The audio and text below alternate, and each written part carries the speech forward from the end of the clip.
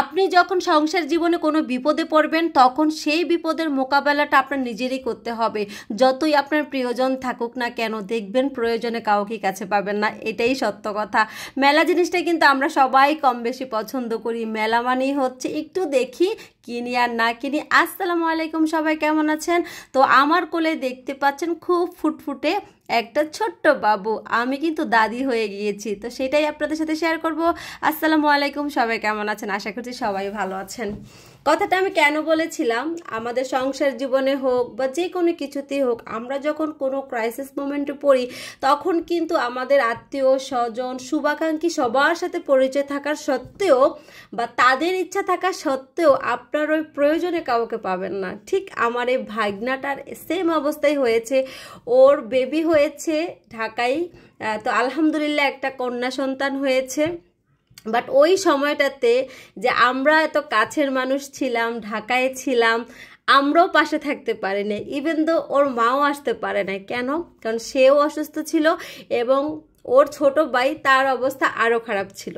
এমন একটা সিচুয়েশন ছিল যে যার জায়গা থেকে সে নিজের মতো করে বিপদে ছিল। এই জন্যই বললাম, এই যে এত আত্মীয় স্বজন, এত শুভাকাঙ্ক্ষী থাকা সত্ত্বেও হসপিটালে বউয়ের সাথে ঠিক ওরাই ছিল। যাই হোক, তারপরও আমার আরও ভাইগনারা ছিল, তারা আসছে, ভাইয়ের সাথে যতটুকু পেরেছে সহযোগিতা করেছে। আর এই দিকে হচ্ছে আমি ঢাকায় এসেও সাথে সাথে যেতে পারিনি, কারণ সেই দিনই হচ্ছে সানবীর স্কুলের খাতা দেখিয়েছে। তো সব মিলিয়ে তারপরে আব্বু আবার ডাক্তার দেখাতে আসবে, এই জন্য সন্ধ্যার দিকে হঠাৎ করে আপনাদের ভাইয়া বলতেছে চলো গিয়ে দেখে আসি। তো খালি হাতে তো দেখা যায় না, তো গেলাম প্রথমে গোল্ডের দোকানে। আসলে গোল্ডের এত দাম, তো সেখানে আর সুবিধা করতে পারলাম না। আর এইদিকে দেখেন বেবিদের কি কিউট কিউট ড্রেস না, যেহেতু আমার মেয়ে বাবু নাই সেই জন্য হচ্ছে মেয়েদের ড্রেস বা সাইজের প্রতি আমার কোনো আইডিয়া নাই এবং কাপড় কোয়ালিটির প্রতিও আমার কোনো আইডিয়া নেই, ট্রাস্ট মি। বাট ছেলেদের হলে আমি চোখ বন্ধ করে পারবো। তারপর অনেক খোঁজাখুঁজি করলাম, খুঁজতে খুঁজতে লাস্ট মোমেন্টে আপনাদের ভাইয়া বিরক্ত হয়ে গেছে যে তুমি আর এত চয়েস কেন। ঠিক আছে, কারণ আমি চাচ্ছিলাম যে সব দিকই যেন ভালো হয়। তারপর আলহামদুলিল্লাহ যেগুলোই নিয়েছি খুবই সুন্দর হয়েছে। তো দোয়া করবেন আমার হচ্ছে ভাগিনার জন্য, যে ওর ঘরে প্রথম একজন কন্যা সন্তান আল্লাহ দিয়েছে। আর কন্যা সন্তান হলো আল্লাহর রহমত। তো যাই হোক, ওখান থেকে চলে আসলাম বাবুকে দেখে টেকে। এইদিকে হচ্ছে আমাদের শনির একটা মেলা বসেছে, তো আপনাদের ভাইয়া বলে যে ঢুকবা, তো ঢুকলাম। তো সানভি বলতেছে আমার পরীক্ষা শেষ, আমাকে কিন্তু কিছু কিনে দাও। তো সেখানে তারা দেখতেছিল, আর আমার আর কাজ কি, ভিডিও করতেছি। আর আমাদের মেয়েদের যেটা স্বভাব, কিনবো তো না কিছুই, বাট সব ধরে ধরে দেখবো, এটা হচ্ছে কি আমাদের একটা হ্যাবিট। একটা সময় ছিল আমার বিয়ের পরেও কিন্তু মেলাতে গেলে সংসারের আপনার প্লাস্টিকের ডিব্বা, ওই যে আবার কি বলে বাটি, ওইটা সেইটা মানে না লাগলেও কিনে নিয়ে আসতাম। বাট এখন আর এগুলোর প্রতি না কেমন যেন একটা চাহিদা নেই। এখনকার চাহিদাটা অন্য, বাচ্চা কাচ্চার পড়াশোনা, এক্সট্রা যেন কোনো খরচ না হয়। কারণ এখনকার বর্তমান যুগে আপনি যদি মানে চান যে হিসাব করে চলবেন, আপনি তাও পারবেন না, কারণ আপনার বাজেটের বাইরেই চলে যাবে আপনি যতই হিসাব করে চলেন।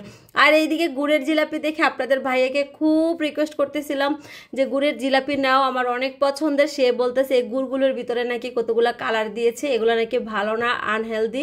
এখান থেকে সে একটা খাবারও আমাদেরকে কাউকে কিনে দেয় না, বলতেছে এগুলো নাকি কোনোটাই ভালো না। আসলে এটা সত্যি কথা, এগুলো দেখতেই মুখরোচক বাট হচ্ছে আসলে আনহেলদি। তো যাই হোক, মেলা থেকে হচ্ছে তারপরের দিনে আমার বাবা আসবে, ডাক্তার দেখাবে। তো আব্বু আসবে যেহেতু, তো আব্বুর জন্য হচ্ছে মানে বাসায় টুকটাক বাজার টাজারও লাগবে। তো এখান থেকে তারপরে হচ্ছে সেই মাছ বাজারে গেলাম, তারপরে মুরগির হাটা ছিল সেখানে গেলাম। সেখান থেকে আমরা একদম যা যা লাগে জামাই বউ মিলে কেনাকাটা করে তারপরে বাসায় গিয়েছি। তা আসলেও মেলা জিনিসটা বাচ্চাদের জন্যই ছোটোবেলায় ভালো লাগে, আমরা বড় হয়ে গেলে আর ভালো লাগে না।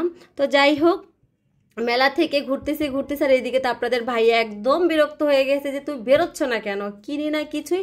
আর ওইদিকে ছোট ছেলেটাও পাপা আমাকে এটা কিনে দাও, পাপা আমাকে ওটা কিনে দাও।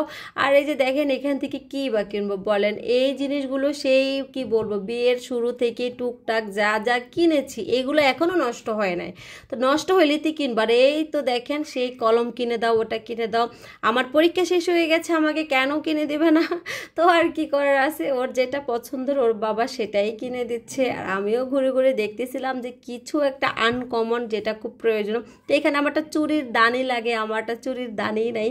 তারপরে দেখলাম যে বেশি টেকসই না, তারপরে আর কিনলাম না। তো কেমন লাগলো আজকের ব্লগটা? আসসালামু আলাইকুম।